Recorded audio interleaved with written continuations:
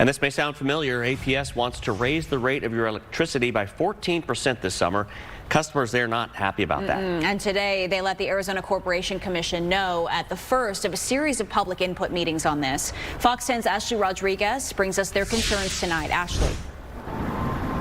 It's not just customers that are worried about what this rate hike would do to their budget. The Arizona Attorney General Kris Mayes is intervening. She is calling APS a monopoly, only getting richer by exploiting its customers. I'm here today because I'm scared. I'm scared what another rate increase means for my family. Troy Horton drove from Buckeye to attend the Arizona Corporation Commission's first public input meeting, asking it not approve APS's request for a 14% rate hike. If you're a marginalized community, if you're elderly, you're fixed income, all of a sudden now you have another $200 a month in bills, what are you going to do? That's why we had 600 heat deaths. This would be the fourth rate increase since 2017, when it upped rates by nearly 5%, then 8% in 23, then 8% in 24, costing the customer around $29 extra for the average bill. A 14% increase this summer would add another $20, raising an average bill by $49. The last rate hike has boosted my bills 500%. William Palmer from Peoria even brought his bill to the meeting to prove it, saying that he's being financially punished as a retiree who spent the money on solar energy and buying zero-emissions cars. Now we're not saving any money at all. We're spending 5 times more. Changed my mind on owning an electric car.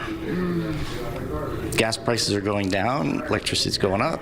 Attorney General Kris Mayes, who previously served on the ACC, is vowing to intervene, writing, "Giving APS another rate increase after making more than $600 million in net income last year is outrageous, and I will not stand for it.